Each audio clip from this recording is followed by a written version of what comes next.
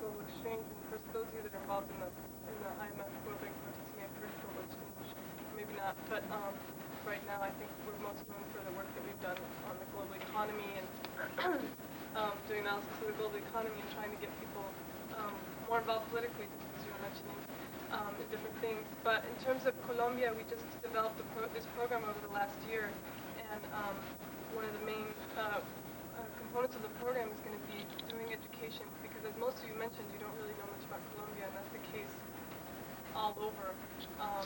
And because of that, our Congress was able to pass this $1.3 billion in aid package to Colombia without even touching on the topic of what it's going to do to Colombia or what the real situation in Colombia is. Now they're starting to approach it, but they I think are really confusing things, and so we're lucky enough to have with us Luis Alberto Murillo. He's a former governor who had to leave the country 3 months ago because of work that he had been doing. First as the governor, and then after some fraudulent elections, something very similar to what's happening in Florida, I think.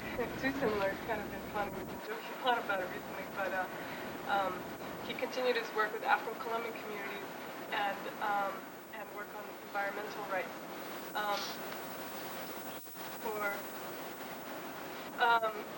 So as many of you know, there was an aid package passed for Colombia, supposedly anti-drug.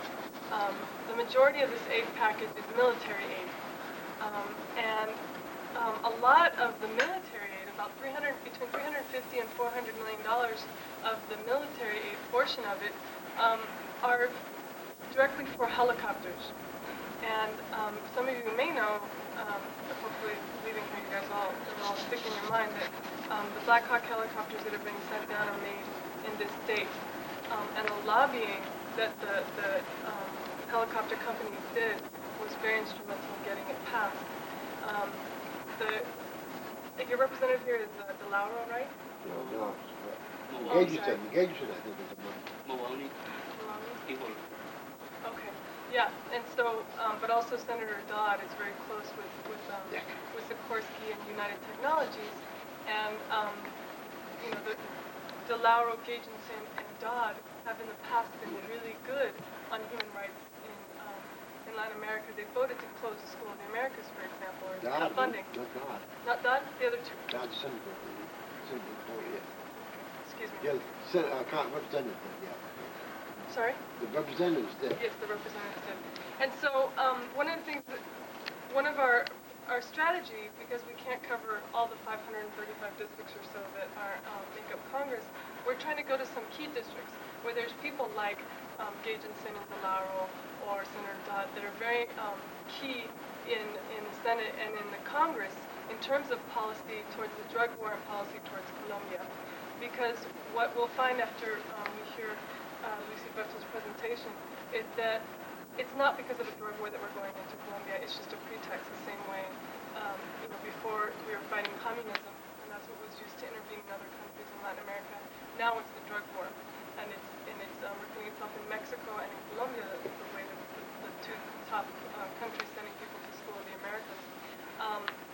And so it's important that we know what are the real causes of the conflict, and the way that the Colombians are looking for negotiated solutions to the conflict, but that's the opposite what our government is proposing. Our government is proposing a military solution to the conflict by sending all of this aid down.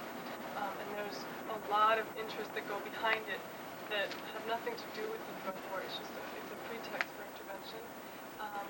And there's a lot of people suffering, people that don't have any access to the means of communication, so we never get to hear about them. So I'm really happy that you all came. It's more important to me to get people that are interested in the subject than to get a whole room full, so I'm not worried at all with it. I hope you all listen and hopefully can find a way to get involved. So, as I mentioned before, Luis Alberto Murillo is the former governor of El Chocó. El Chocó is a state in the northwestern part of Colombia.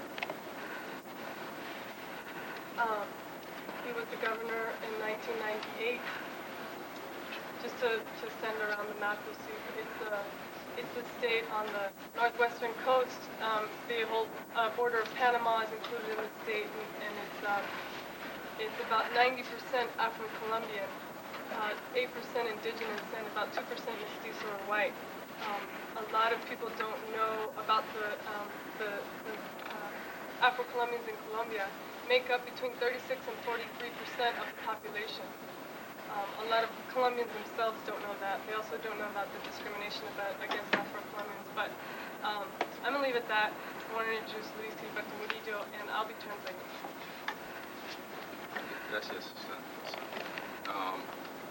Quisiera también agradecerle a todos los organizadores de esta charla y a Global Exchange por el trabajo que está haciendo para que se conozca mejor la realidad en torno al conflicto en Colombia. I'd like to thank the organizers of this event and Global Exchange for having this event so that you could all come and hear about what's the truth about what's happening in Colombia. Y quisiera hacer énfasis inicialmente que hoy estamos viviendo un conflicto que está dejando graves consecuencias y está teniendo graves impactos sobre todo en la población no combatiente en nuestro país. Today we're living through a very intense conflict that has very grave consequences for all of the population that are non-combatant.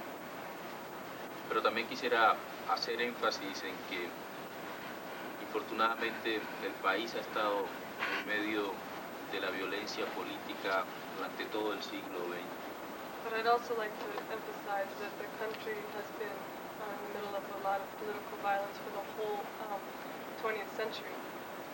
Y hoy esa violencia política se ha complejizado mucho más con la estrategia de lucha antinarcóticos y ayudas militares de parte de los Estados Unidos. And this political violence has become much more complex or complicated because of the drug policy, anti-drug policy of the United States and its military aid accompaniment. Y hoy prácticamente estamos ya no en medio de una, sino de dos guerras. And now we're not only in the middle of one war, but two wars. Una guerra antinarcóticos más presionada desde algunos sectores del Departamento de Estado aquí. One war that's anti-drug that is being pressured and put in place by the State Department here. Y una guerra por la apertura democrática que ha traído el país y que ha tenido el país durante todo este siglo y que aún no logra que realmente haya más democracia y que realmente haya mayor inclusión. And another war that people are fighting for greater democratic opening that people have been struggling for a long time, so that there be more inclusion. E infortunadamente siempre el trasfondo de toda la guerra durante el siglo XX y aún ahora ha sido un trasfondo económico. Unfortunately, the background for the political violence of all the 20th century and today is an economic one. Que se ha caracterizado por el desplazamiento y por el despojo inicialmente de mucha de la población de extracción campesina, de mucha población indígena y afrocolombiana. Which is characterized by the displacement and appropriation of people's lands, of people that are campesino or peasant, Afro-Colombian and indigenous. De una manera supremamente represiva y violenta. In a way that's extremely repressive and violent.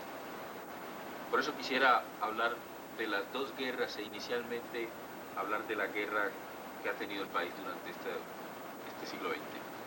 So for that reason, I'd like to talk about both wars and we'll talk first about the one that we have seen throughout the whole 20th century. Donde la concentración del poder político y el poder económico y sobre todo la concentración de la tierra, la concentración de la riqueza y de las oportunidades ha generado que el país siempre esté envuelto en este tipo de conflictos. The concentration of political and economic power, especially the concentration of land and wealth, has made it possible that this conflict be happening right now. Y ha dividido al país en todas sus etapas históricas en unos muy privilegiados que pueden acceder a esa concentración de poder político y económico y una gran mayoría de la población excluida de esos beneficios sociales. And it's divided the country into people that have access to this political and economic power and opportunities, and then a great majority of people that are excluded from all of that. Y haciendo un recorrido podemos encontrar que al principio el despojo sobre la tierra se dio fundamentalmente para tener latifundios asociados a los cultivos de caña de azúcar, a los cultivos de tabaco, a la explotación de oro, sobre todo en la época colonial. The displacement and appropriation of land had a lot to do with people that were looking for more land to increase their tobacco and sugarcane plantations, and also for gold mining and other natural resource extraction, starting from the times of the colonial period. Y con ese modelo empezó a crecer el país. With that model, the country began to grow and develop. A finales del siglo XIX y principios del XX se dio una gran concentración de la riqueza y despojo de tierras a comunidades negras, indígenas y campesinas asociadas a los cultivos de café. At the end of the 19th and beginning of the 20th centuries, the displacement and appropriation of lands belonging to campesinos, Afro-Colombian indigenous peoples, was happening in relation to the development of the coffee industry.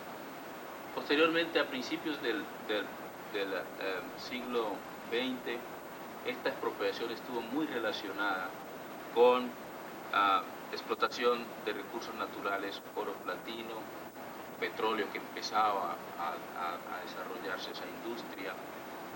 También se dio asociada a la implantación de grandes bananeras. Later, this displacement and appropriation of these lands was related more to gold and silver, to banana plantations, and to oil, which was that industry was just becoming important.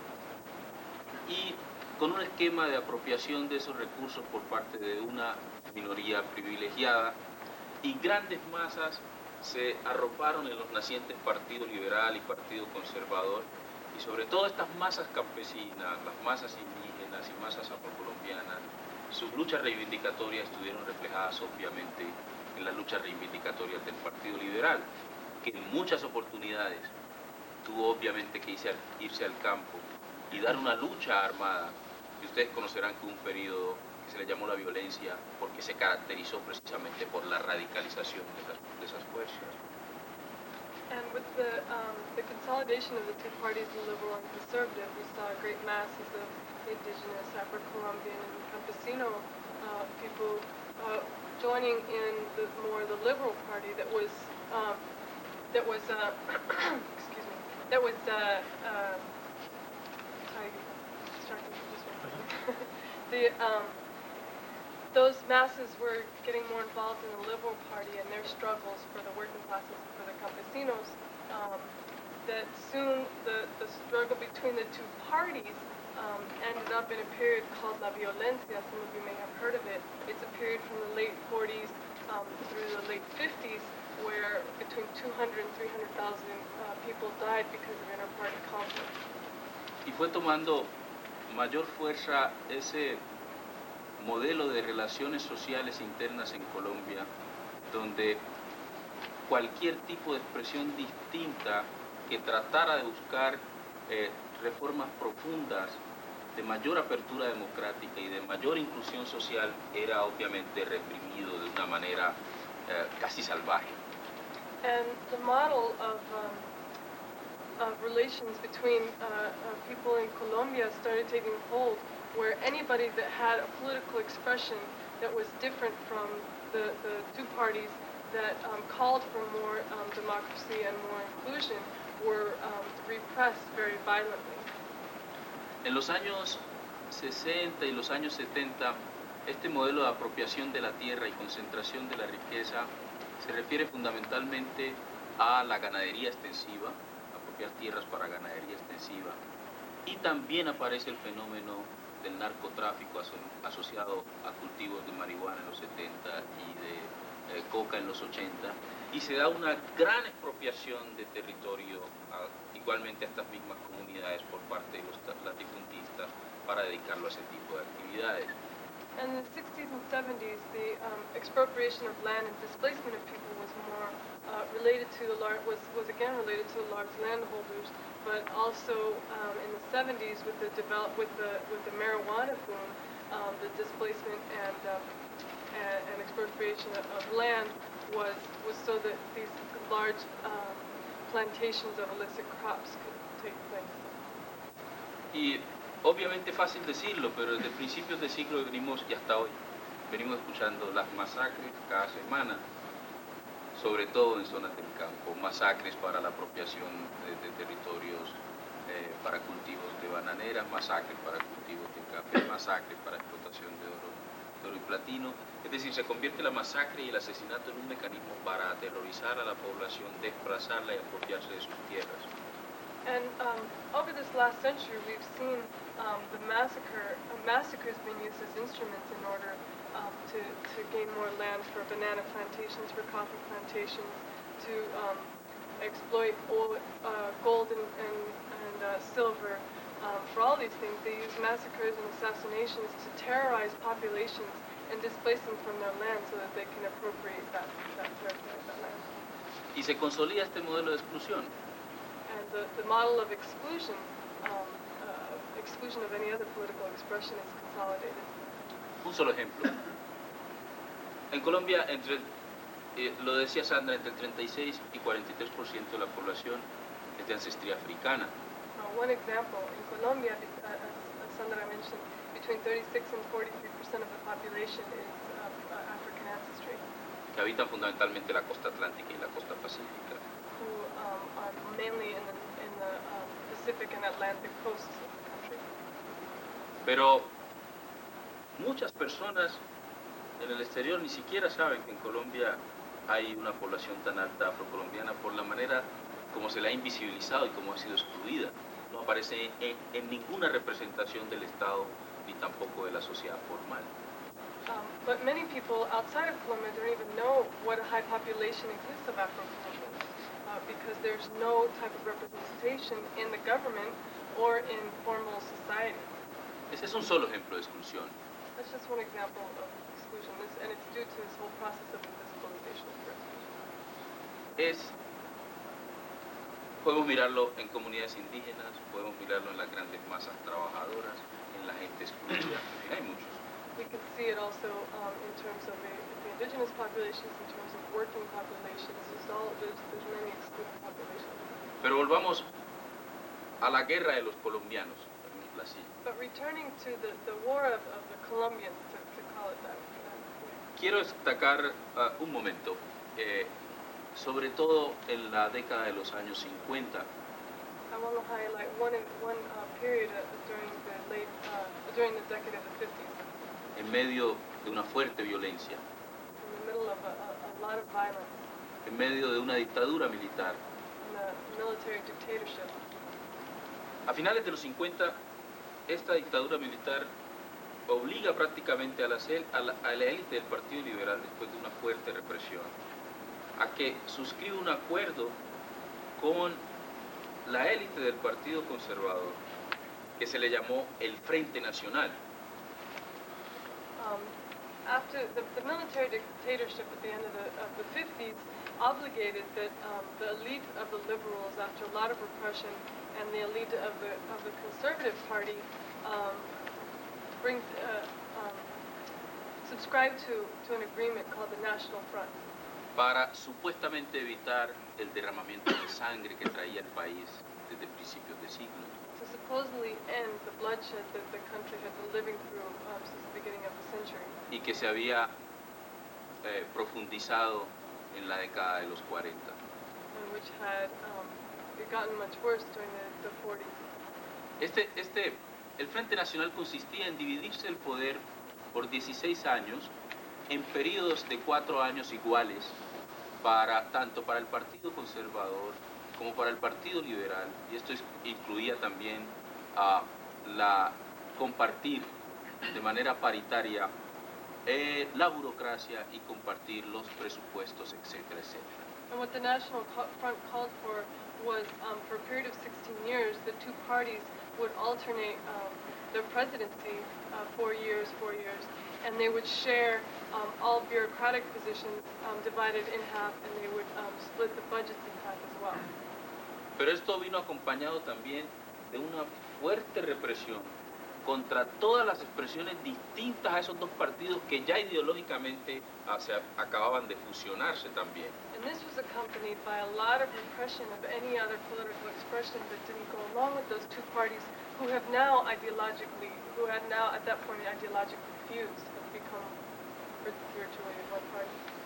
Expresiones de izquierda, expresiones sindicales en el escenario político, expresiones de comunidades afrocolombianas, de comunidades indígenas. The expressions that were being repressed were anybody from the left, anybody from the union movement, from Afro-Colombian, indigenous movements, etc., etc. Y de allí nacieron muchos de los movimientos guerrilleros que aún persisten en el país. And that's where the guerrilla movements in Colombia that are still alive were born.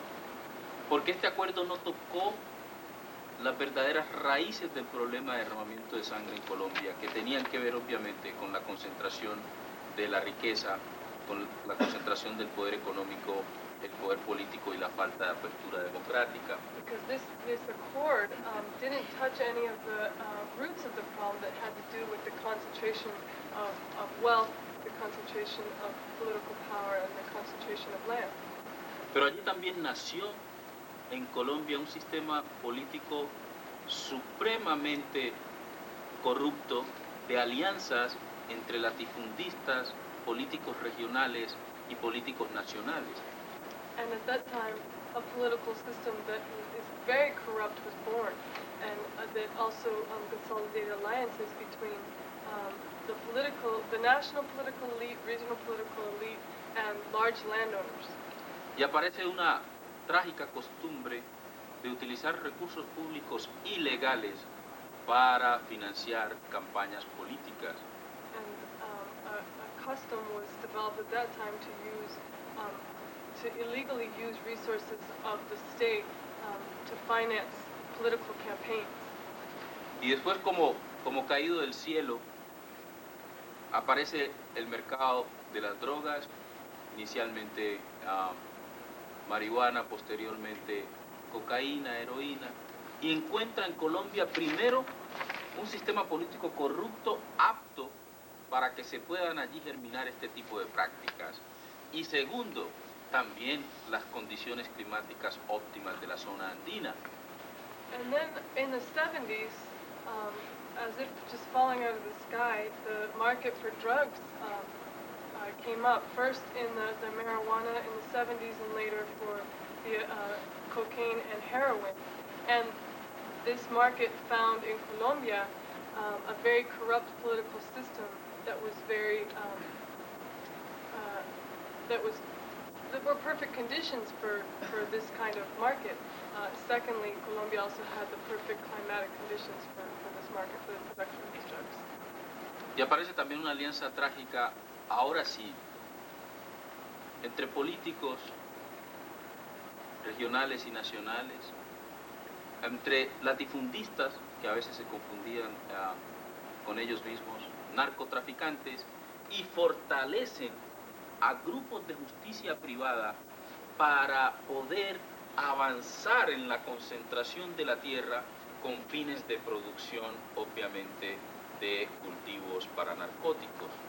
And again, these alliances that I had mentioned before are strengthened and even transformed because it's the regional and national elites along with the large landowners and narco-traffickers that are building alliances. At the same time, they're strengthening groups of private justice who are being used to accumulate more land and to so that the land will be concentrated in the hands of a few for these cultivations. Y después de esto, después del Frente Nacional y por las luchas también de las guerrillas, en fin, Colombia siempre ha estado siempre ha seguido cerrado, pero siempre ha estado intentando. Hemos estado en periodos en que hay intentos de acuerdos de paz y después guerra abierta, intentos de acuerdos de paz y después guerra abierta, porque hay muchos sectores privilegiados que se oponen a que haya apertura en el país. Y ahora sí, en un ambiente más complejo, porque aparecieron los recursos del narcotráfico, financiando campañas políticas, aún generando crecimiento económico en Colombia durante la década, finales de la década de los 70 y principios de los 80. And I'm trying to remember the first part of the phrase.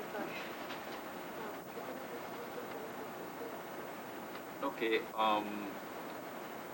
a finales de los años 70 y de los años 80 aparece los recursos del narcotráfico financiando campañas políticas. And so now, with the drug industry, the funds that came in through the drug market are replacing the illegal resources that had been used to finance campaigns.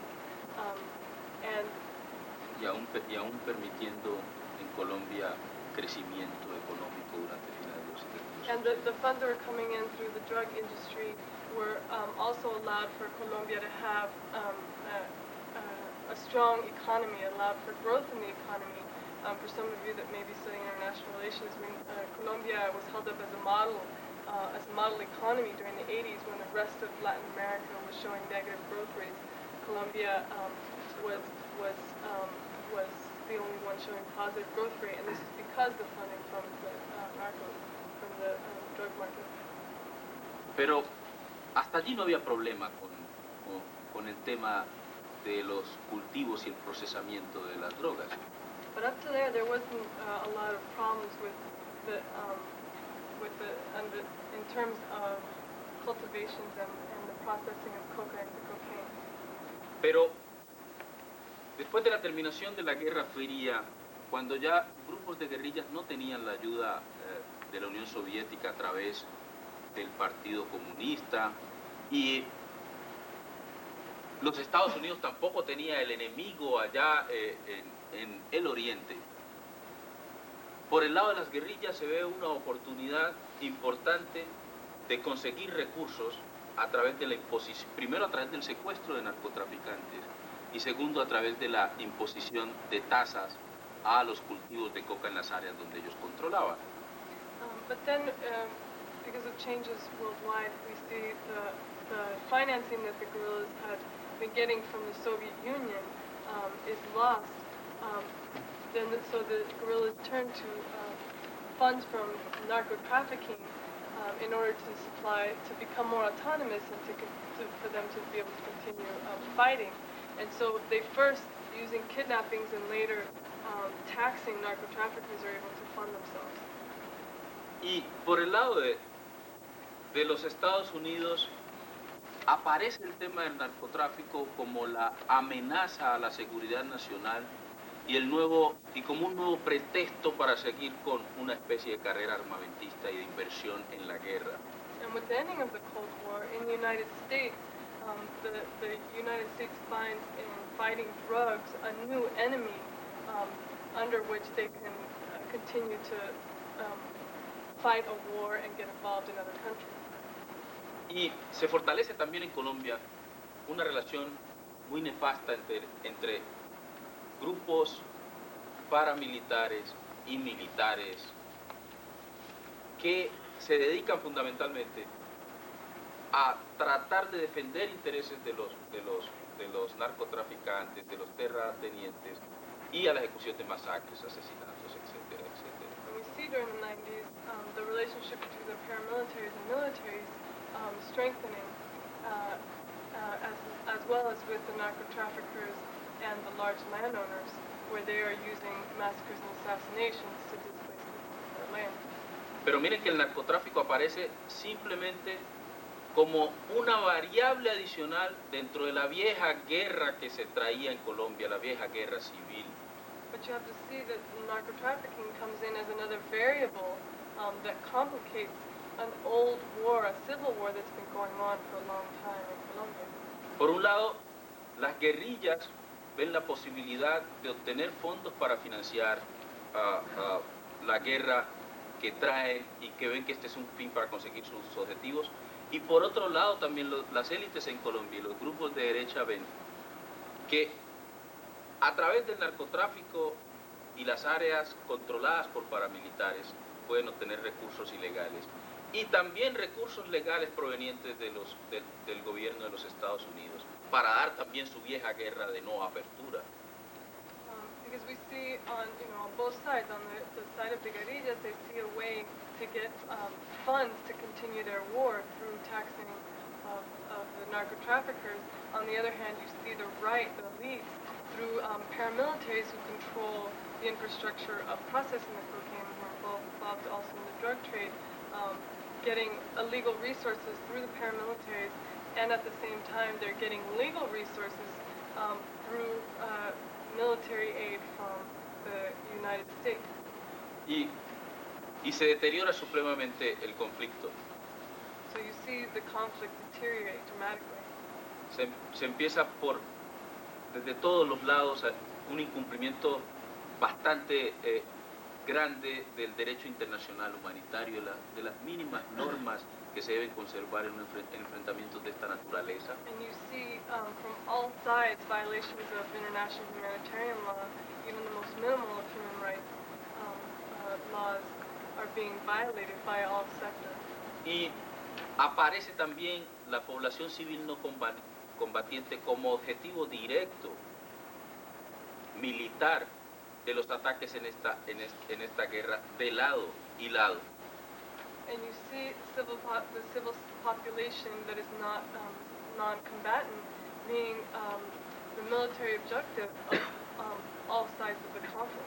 Y vemos una carrera muy grande por, primero, control territorial de las fuerzas en conflicto y segundo, reconocimiento político, que aún hoy la estamos viviendo. And we see a race or contest for control of territory as well as political recognition, something that we're seeing today. Y se disparan las cifras del conflicto. And you see the statistics of the conflict shoot up. Y se dispara también la influencia de los grupos armados en distintas áreas del territorio nacional. Yo quisiera que miraran. You see the influence of all these different sectors all over all over the nation. Llega a Colombia a registrar aproximadamente 3.600 asesinatos políticos durante el año. You see about 3,600 political deaths a year. Se han registrado el último año 425 masacres, o sea, asesinatos colectivos de más de 5 personas. You saw last year 425 massacres. A massacre is the murdering of at least 5 people at one time, 5 or more. La última masacre que acabo de leer en el departamento de Antioquia asesinaron 17 personas la semana pasada. Last week in Antioquia they just killed 17 people in a massacre. Se tienen 2.000 personas secuestradas, de las cuales cerca de 250 son niños. There are 2,000 people right now who are kidnapped. 250 of those 2,000 people are children. Y vemos que los objetivos están relacionados con líderes sindicales. La mitad de los líderes sindicales que han muerto en todo el mundo han muerto en Colombia. And you see the people that are the objectives of or the victims of these things are leaders of unions. Half of all the trade unionists who have been killed in the world in the last 10 years have been Colombian. Igualmente, vemos cómo los objetivos están relacionados con líderes políticos. En Colombia han asesinado en lo que va corrido este año cerca de 12 alcaldes municipales. We see a lot of political leaders who have been killed. In this year alone, and 12 mayors have been killed. Y hemos visto cómo la degradación del conflicto ha llegado a que se irrespete inclusive el recinto sagrado de las universidades.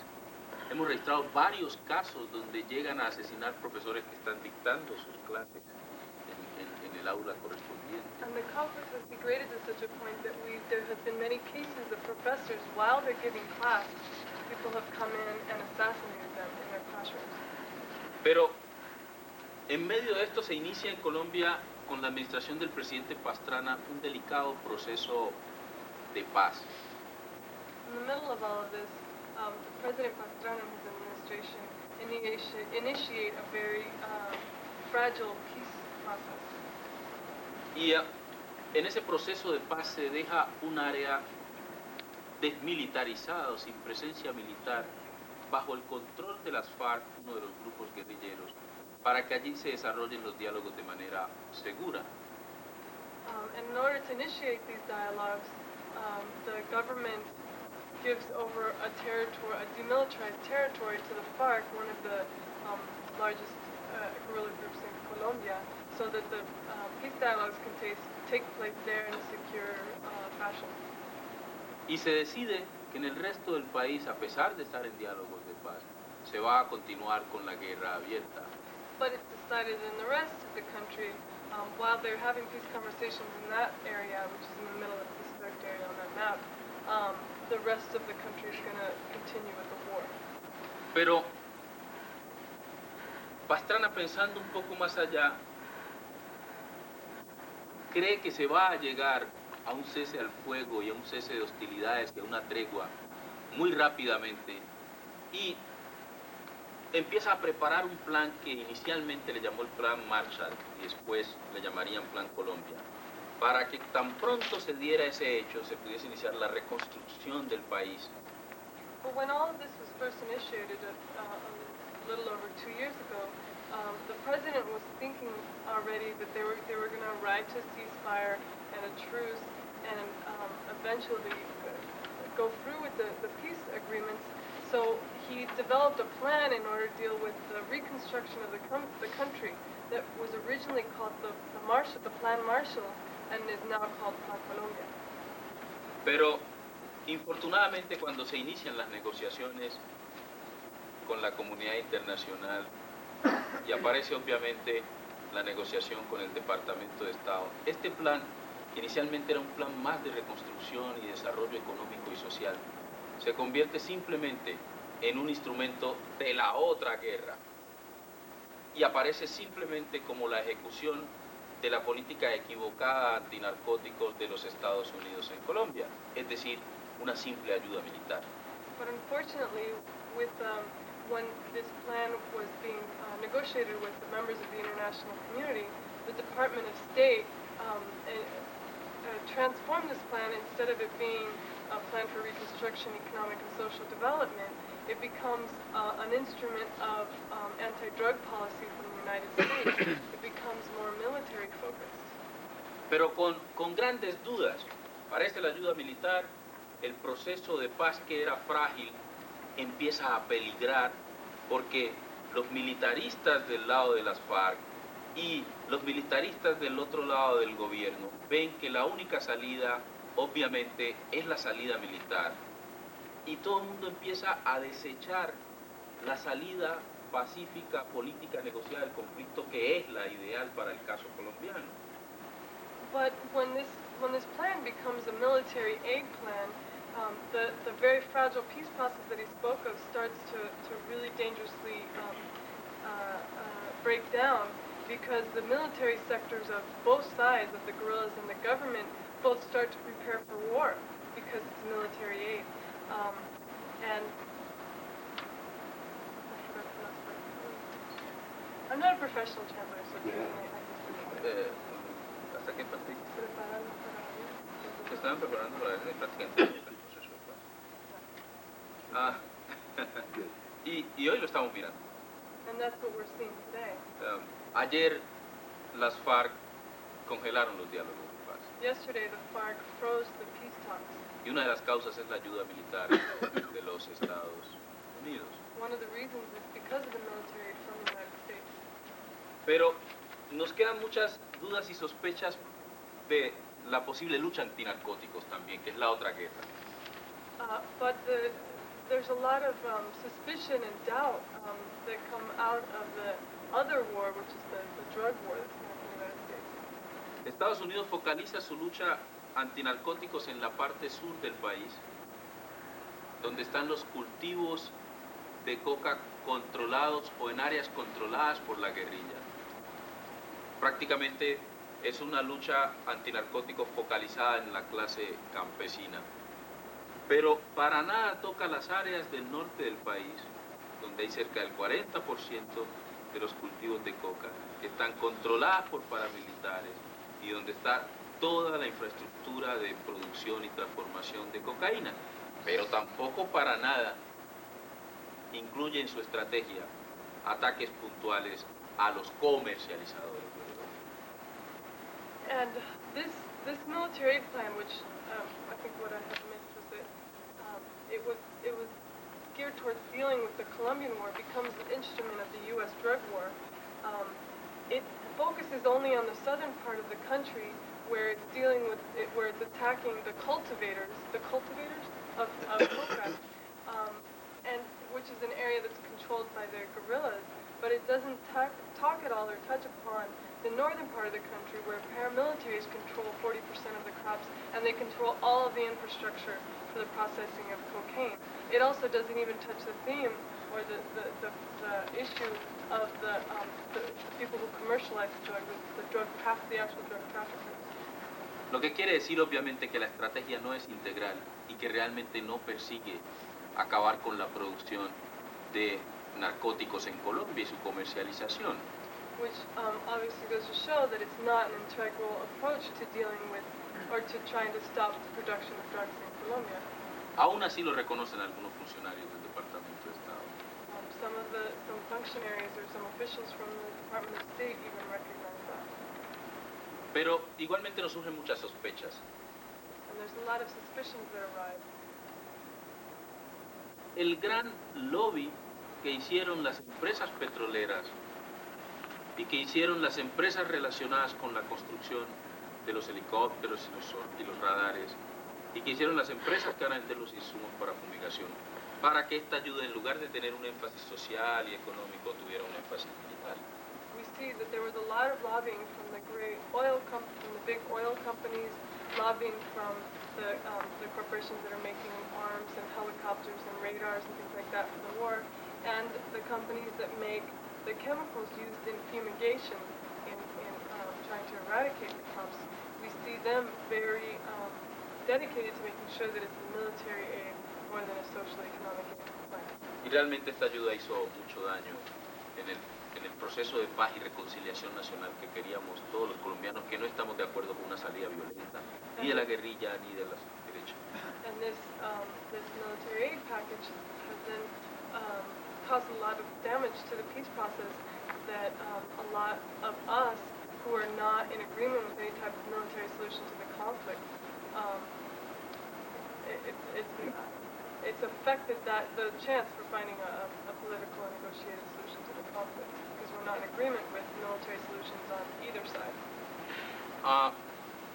Sabemos que ustedes pueden ayudar mucho a incidir en su Congreso, en su gobierno, a presionar para que... En Colombia necesitamos ayuda, pero para que realmente la política exterior de los Estados Unidos vaya en función de ayudarnos y que realmente vaya en función de darle mayores voces a la sociedad civil no combatiente, a todas las expresiones y propuestas de la sociedad civil, y que realmente la ayuda tenga un énfasis social y económico y que fortalezca el proceso de paz que se ha iniciado y que hoy está suspendido temporalmente. And we know that there's a lot that you all can do to pressure your government and pressure your Congress in order to change this erroneous foreign policy towards Colombia.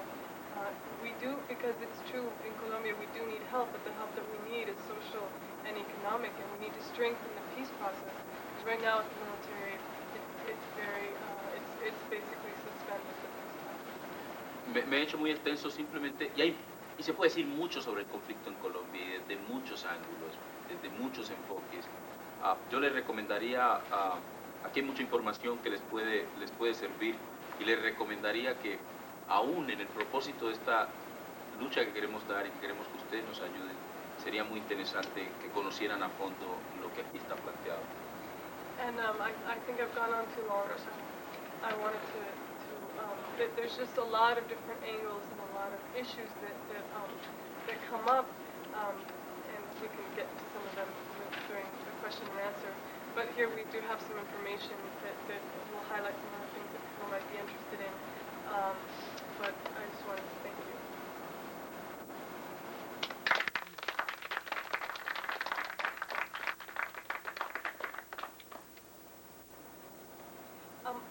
Just real quick, I know that somebody had mentioned the IMF, kind of issues about IMF and Plan Colombia. I can't remember, it's kind of this area. And one of the things that we are trying to get more information on but don't have too much information is the fact that in December, which was when they were first proposing, around the time in December of '99 when they were first proposing the Plan Colombia, the President Pastrana signed an agreement with the IMF setting a 3-year plan for structural adjustment programs. So there is a Colombian author who has written a book or who is talking about that connection there, but I don't have too much of that with me right now. It seems that it would be in the interest of the government of Colombia to keep up the, if you will, the pretense of a drug war there in order to keep getting aid from the United States, warranted or unwarranted. If we were to change the policies of the United States, who would we deal with in the country? I mean, Parece que los Estados Unidos, digo, el gobierno de Colombia está muy interesado en mantener la idea de la lucha contra las drogas para continuar recibiendo dinero de los Estados Unidos. Entonces, sí, what was the question? If we wanted to change the... what faction would we start to deal with? Who would we start to... ¿Con quién podríamos trabajar?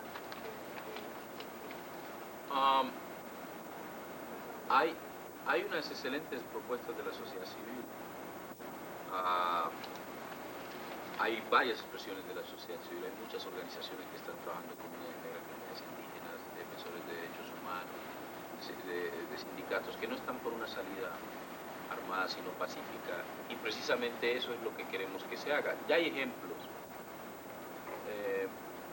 Los gobiernos de la Comunidad Económica Europea han entrado a apoyar mucho las voces de la sociedad civil no combatiente y sus organizaciones para que realmente sean ellas las que garanticen la confianza entre los diferentes sectores y puedan propender una salida pacífica al conflicto.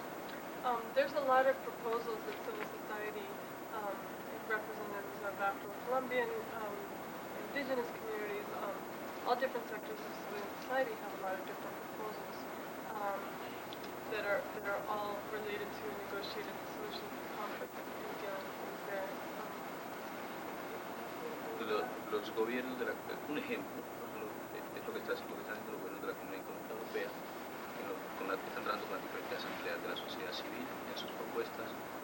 And one example is that the European community is, instead of giving, just to back up a second, Plan Colombia is this big plan of $7.5 billion, where Colombia was supposed to put in $4 billion somehow. I don't know how, because they're going through an economic recession right now.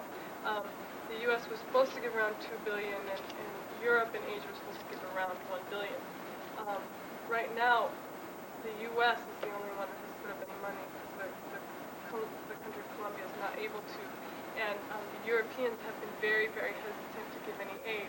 But what they have decided to do is to give aid to NGOs and civil society and different groups that are putting proposals because they don't want to support Plan Colombia as it stands because it's so military focused. So you really see the United States isolated in the world. People are not in agreement with what the U.S. is doing. Did that answer your question? Yeah, I try to follow some of the stuff in hard, I follow a lot of things. Camps in the short, who are the good guys and who are the bad guys? I can understand. White hats against the black hats. Well, see, that's one of the things about Colombia. La pregunta era quiénes son los buenos y quiénes son los malos. That's one of the most difficult questions because there isn't just a good guy and just a bad guy. That I think the good guys are civil society. The people that are the ones that are truly looking for a politically negotiated solution to the conflict because they're the ones that are caught in the crossfire of everybody else. Both the guerrillas, the FARC, and the government are using the rhetoric and discourse of peace while they are really gearing up for more and longer war. Guerrillas are bad guys then, huh? Sorry? Guerrillas are bad guys. I don't like to paint black and white because it's not that easy. But they're not angels. They people ask if they're representative of Colombians. They're representative of because they do have long-standing and came out of peasant. They have peasant roots. But Colombia, since the time that they developed, Colombia has become much more urban, and they're no longer in contact with the middle class or upper class intellectuals or people in the cities, so that it makes it very problematic. They have a tunnel vision. They are not allowing civil society to become involved. They have been very firm in saying it's the FARC and the government. That's who's discussing. But that makes them very monopolistic and exclusionary. And so, but that doesn't mean that they're terrorists the way that the State Department here paints them. It's just that it's a very complicated situation in Colombia, and so the people that are non-combatant, I think, are the ones that need to be most supported. Where's the government's threats coming from? ¿De dónde vinieron los Grupos paramilitares. From paramilitary groups. They're definitely not the good guys. They're the bad. They are the bad guys. Sorry, there are some bad guys in Colombia, and they would be the paramilitary. Let me see if there's any other questions first. Yeah, two-part question. What's the position of the rest of the Andean community, number one, and who's overseeing the peace talks? What countries are you referring to? Chile and Paraguay, and have they been involved? ¿Cuáles son las, qué es la posición, in terms of Plan Colombia? Or just in terms of ¿qué es la posición de las comunidades andinas o los países andinos? O sea, si toca los países de Centroamérica, pues, ¿y quién es esta? Colombia. Hay una preocupación de los países andinos, de los gobiernos de los países andinos relacionada con el Plan Colombia, porque más allá de lo que está sucediendo en Colombia, hay preocupación de que se rompa el equilibrio de fuerzas militares en la región y se está dando un proceso escalonado de armar a Colombia sin conocer cuáles serían las consecuencias en toda la región. There's a lot of worry from the Andean countries because from the government, made up the governments are fearing it because there's a danger in breaking the equilibrium that exists between the military powers of the different countries, and so they're arming Colombia and they don't know what kind of effect it will have on the surrounding countries. La segunda preocupación tiene que ver con el hecho de que el conflicto se está trasladando a los países vecinos, sobre todo desplazados en Venezuela, en Brasil, en Ecuador. Perú ha cerrado mucho su frontera, hay una situación muy tensa allí, y hay desplazados también en Panamá, y anuncios de los grupos paramilitares que van a crear grupos parecidos a los colombianos en esos países. And there's also a worry right now because the conflict is spreading into other countries because of refugees in Venezuela, in Brazil, in Ecuador, in Peru. They have really strengthened the border, closed off the border. A lot of the refugees are also going into Panama, and there have been announcements by the paramilitary groups that they're going to create groups similar to theirs in the neighboring countries. Tercero, son cuatro. Tercero, la preocupación de que se pasen los cultivos de coca de esa zona a los países vecinos. Y cuarto, There's also the worry that this is going to cause coca to be grown in neighboring countries.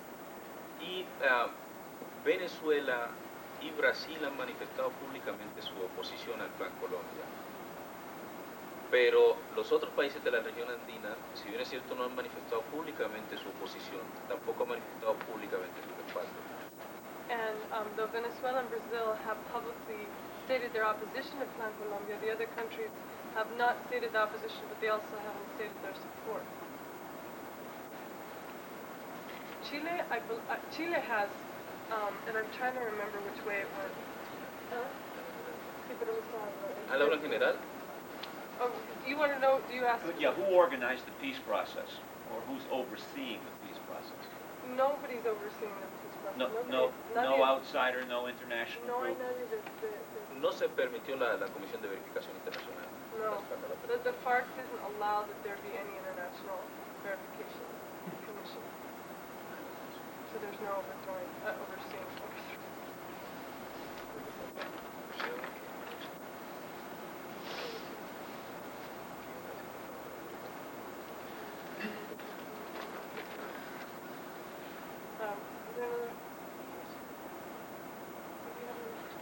Would it behoove the United States, in light of what appears to be a very fractured policy to especially all South American countries and individuals, would it behoove the United States to sit back and produce a uniform economic and political plan for South America?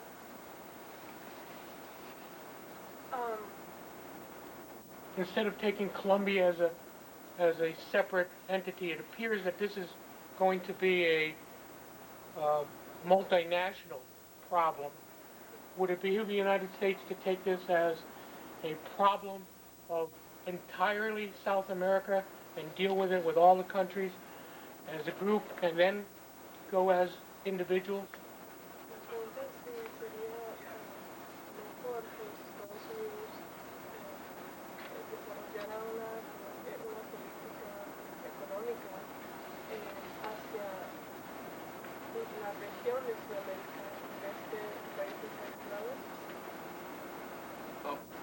Es decir, realmente yo estoy convencido que la política que está desarrollando los Estados Unidos hacia Colombia no es aislada y realmente está desarrollando una política militarista frente a toda Sudamérica y yo diría que Latinoamérica. Es una nueva expresión de las viejas costumbres de intervencionismo.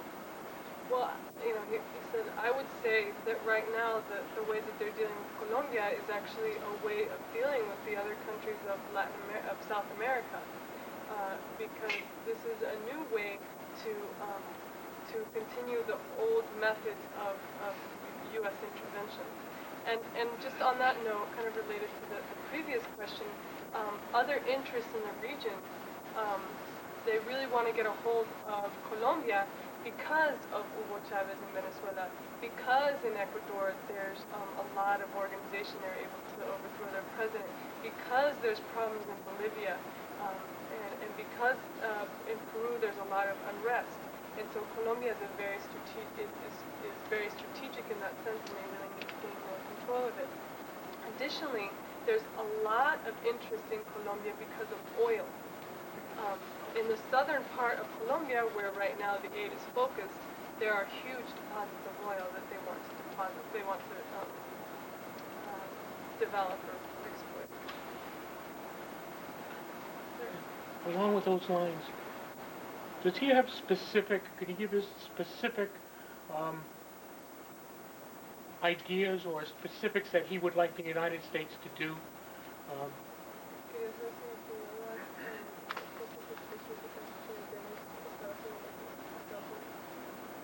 primer lugar, vuelvo y resalto que hay muchas propuestas de muchas organizaciones de la sociedad civil. Se acaba de hacer una gran asamblea, llamémoslo así, por la paz en Costa Rica, con participación de diferentes actores, y hay muchas propuestas, pero But I want to first highlight that there are already a lot of proposals that could be supported that have come out of civil society. For example, in just actually almost a month ago now, in Costa Rica, there was a great assembly of different groups from all sectors of Colombia, and developed by civil society. This conference was developed by civil society and invited the armed actors, invited the guerrillas and invited the government to participate, and that is something that it was unprecedented in bringing together so many people. y específicamente lo que estamos pidiendo es que haya mayor apoyo político y económico a un proceso de reconciliación de los diferentes actores armados en el conflicto colombiano, que permitan mayor apertura democrática del país y que realmente empoderen a las organizaciones de la sociedad civil, que son las únicas que pueden darle confianza a los grupos armados. Eso lo puede lograr la comunidad internacional, incluyendo obviamente a los Estados Unidos. What we're asking for is political and economic support in continuing this peace process and empowering of the civil society, because they're the only group that can generate trust or confidence between the armed actors in Colombia. And this is something that the international community, including obviously the United States, can do. And I would include that I think in terms of the United States, in terms of the people of the United States, one of the first steps that we would have to do is that in the name of wanting to support a peace process and civil society and not continue a war that's been going on for so long, I would say that we have to stop military aid. Because right now, what was passed was a 2-year package, but Barry McCaffrey and other people have already stated that that it's at least a 6-year involvement in Colombia. The aid package was passed for fiscal years 2000 and 2001, which means that already in the early part of 2001, they're going to start developing plans for sending more military aid to Colombia. This is going to be like February or March. Right now, when this aid package was proposed, it was during an election year, at which time things around anti-drug always get a lot of political play, because it's good for both parties to say, I'm anti-drug, I'm anti-drug. Since nobody knows about Colombia, no representatives or senators are hearing much from their constituents about what we want to do with Colombia. People, don't know where it is maybe, or they only know about coffee, or they know cocaine, so they say anti-drug Colombia, yes, they're not going to say anything about it, which is one of the reasons why we are trying to get more word out there, along with a lot of other people who have been working on this for a long time. So the first step would be to stop military aid and support the peace process, because right now it doesn't, as was mentioned, it doesn't behoove the Colombian government or the guerrillas to eradicate drugs, because that's what's financing the civil war. And so if we can end the reasons for there being a civil war, the guerrillas have already said that they could help eradicate drugs, because they can't. They control a lot of the territory. Paramilitaries also control a lot of the territory. So if we can come to a peace process, there's no reason to have those there. I mean, that's simplifying a little bit, but it's very honest. I mean, the way we're going about it is wrong. The U.S. Proposal calls for push into southern Colombia. In the Putumayo region right now, there's been an armed stoppage by the guerrillas for the last 55 days or so. They're not letting anything in or out of that area, and they're showing their power that way. But it's in response to Plan Colombia. But then we were talking with a member of the State Department. He's like, well, what are we going to do? Just let a lot of Putumayos develop? But it's like, well, we're causing it by sending military aid. So, it's a difficult situation. Any other questions? Short of the U.S. changing its stance on drug policy, which is not likely to happen in the near future. How far do you think, assuming military aid were to end, but we were to take that money to subsidize the farmers, the cocoa growers themselves to grow crops that they could use for internal trade, what problems would be left for Colombia after that? Because I know it's such a multifaceted issue that we can handle everything.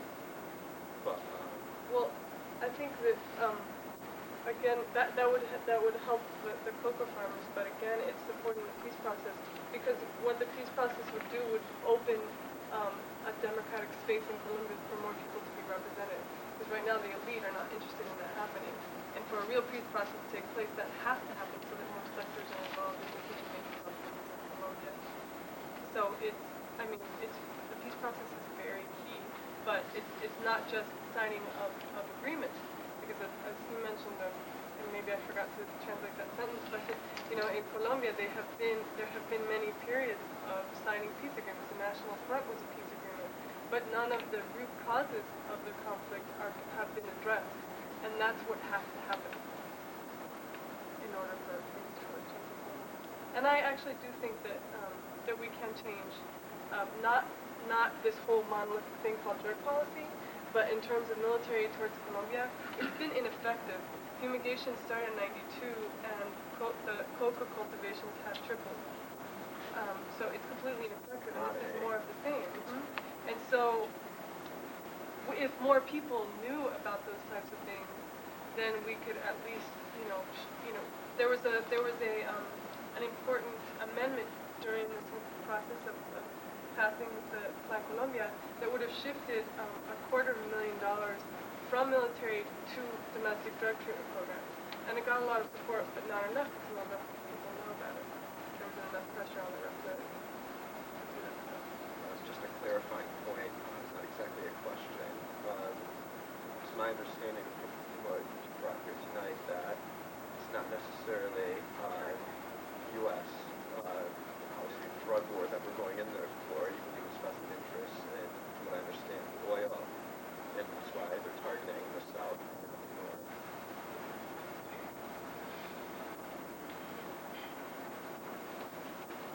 Well, actually, the United States never does anything for the good of the people. It's for the government. Sorry? Actually, the United States never does anything good for the country it goes into. It's always for the U.S. government. We're in there for us. Not the Colombians or the companies, anybody. It's us. Why? It's to our interest to keep them fighting. Is that it? Not for me. For the corporations, but not for me as an American. No. That's for sure. No, our government. Yeah. For the world. That's what we're doing it for, right? Rather than the drug wars. Really. I think so. I mean, as you mentioned, because the Cold War enemy is gone, the pretext for intervention is no longer communism, it's now drugs. Sometimes by helicopters. Yeah. And I mean, they're training, with this aid package, they're going to be training 3 battalions of three anti-narcotics units, 1,000-man battalions. Their methods of training are the exact same during counterinsurgency trainings in the 80s. They're just calling it now counter-narcotics. Well, it's something like playing school in America, that's where they train being murderers. I mean, if you really want the peace, it's something to a college or someplace, not to a military establishment. So I also wanted to pass out these things. It would be wonderful, but I don't know if everybody's already involved in 50 million things, but this is going to be a struggle that it's going to take a long time to play out. Because, as I said, they're going to be coming up with a lot more legislation to support the war in Colombia, and so we're going to be Global Exchange is going to be bringing in Colombians every 4 to 6 months and doing speaking tours like this, so that people get more information and people are educating themselves and their communities so that they can pressure, especially Congress people, and hopefully in a couple of years we can see some results from that kind of grassroots education and organizing. So I wanted to pass around a couple of things. These are top 10 reasons to oppose this military aid. You'll never see this on Letterman, but and then there's also this other pamphlet of communicating with Congress and getting the word out. It has a sample letter on the back. So I would also like to note for people here, if you go to darcynet.org, they have something that you can, it's all pre-written, you can write one on your own, but it's pre-written if you don't have the time. A letter to your representatives, no matter what state you're in, it'll email it, fax it to all the representatives of your state. All you gotta do is put your name, telephone number, and address, and they do it for all sorts of different topics, but one about In Colombia specifically is on What was that, Al? darcynet.org. DARC. It's actually DRC. I pronounced it Darcy, my fault. It's drcnet.org. Thanks.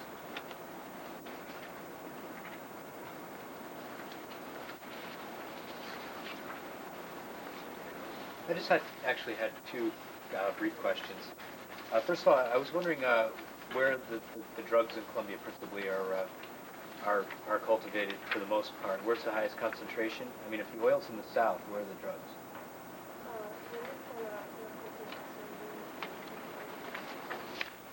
Hay mucha distribución en el país, pero sí hay una gran cantidad concentrada en el sur.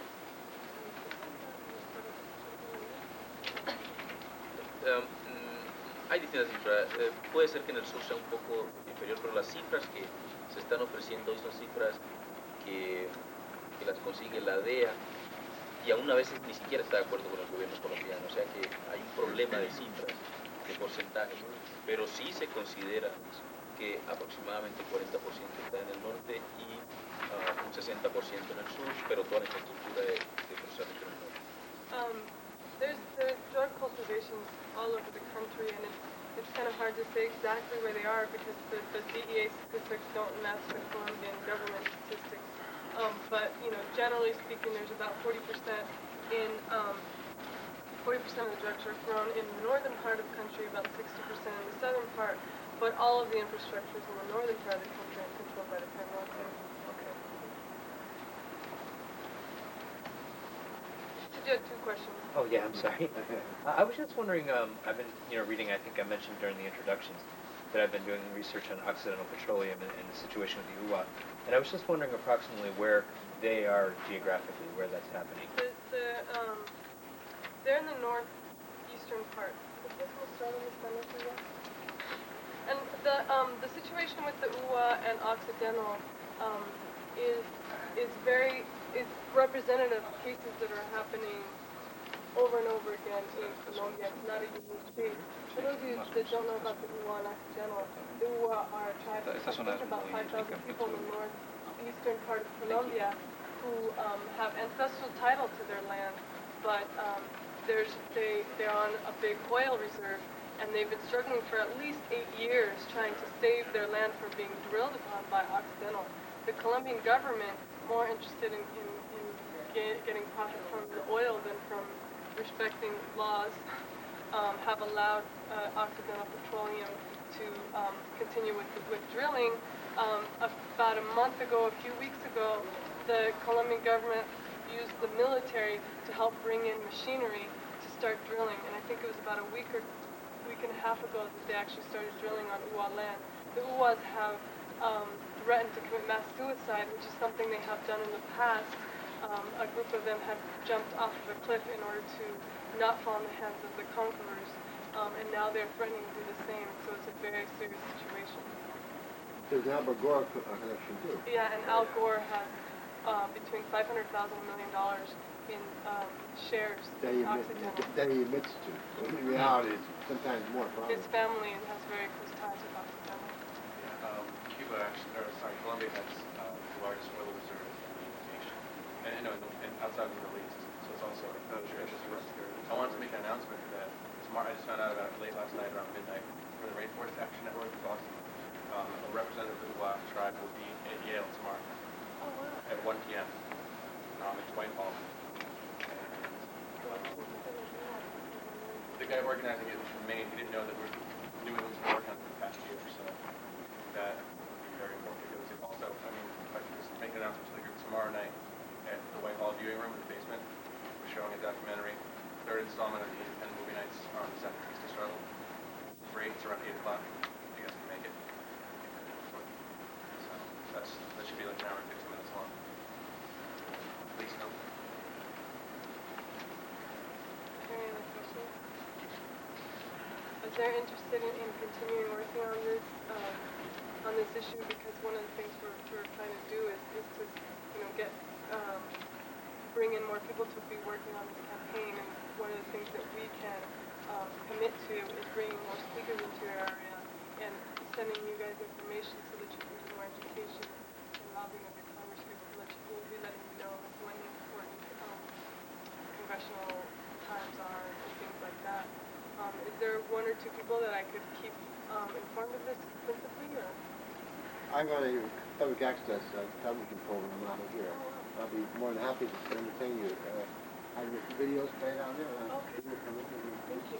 Contact. Do you guys want to? No, wait. Yeah, you're You're Al. okay. No. And you are Davey? Margaret? Thank you. Any other questions? We have to go.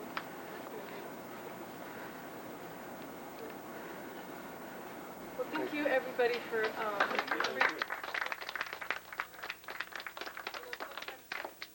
in working in human rights, and maybe you've already seen this, people are like, well, how can you keep working with this person? But it's always exciting to see people that get new interests, that are interested in making these international connections between their daily lives here and lives in Colombia. And there really is a lot of hope in Colombia. When we have people like Luis Espeso, I have learned so much from working with him in the last few weeks, and in planning, how are we going to build more solidarity networks and get more people involved, because, it's a lot of people joining together that is the only thing that has made change happen. So I have a lot of hope. So thank you, and I look forward to working with you guys.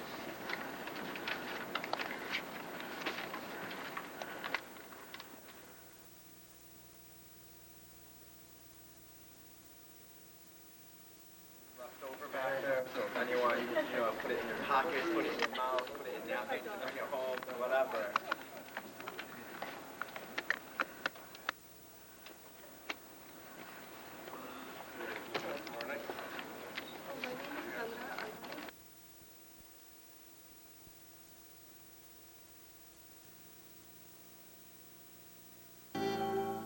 We interrupt our regularly scheduled promo for a special announcement. Back-to-Back Tuesday has been preempted for stupid dog tricks. April Fool. Get ready for a night of fooling around. Who are you calling a fool? It's a lineup of laughs and special guests. Check it out. First, it's Moesha, followed by an all-new social studies. Groovy. And 2 back-to-back episodes of In the House. Are you serious? No fooling. It's cool coming. Tuesday at 8, only on UPN 9. Nutriment keeps you going strong, going strong. Nutriment keeps you going strong, going strong, going strong. Nutriment is more than a milkshake. Nutriment provides protein, carbohydrates, and the vitamins and minerals of a well-balanced meal. Nutriment is serious energy to keep you going strong. Stay with your dreams. Live out loud. Nutriment. Give love to your body. Nutriment keeps you going strong. Stay strong. Nutriment. With the reliability of one of the most powerful V8s in its class. Full-time four-wheel drive, anti-lock disc brakes, and dual airbags. Think of Jeep Grand Cherokee as the calm during the storm. Now lease a Jeep Grand Cherokee Laredo for $349 a month. See your Tri-State Jeep and Eagle dealer. Brought to you by Nutriment. Drink Nutriment. It keeps you going strong.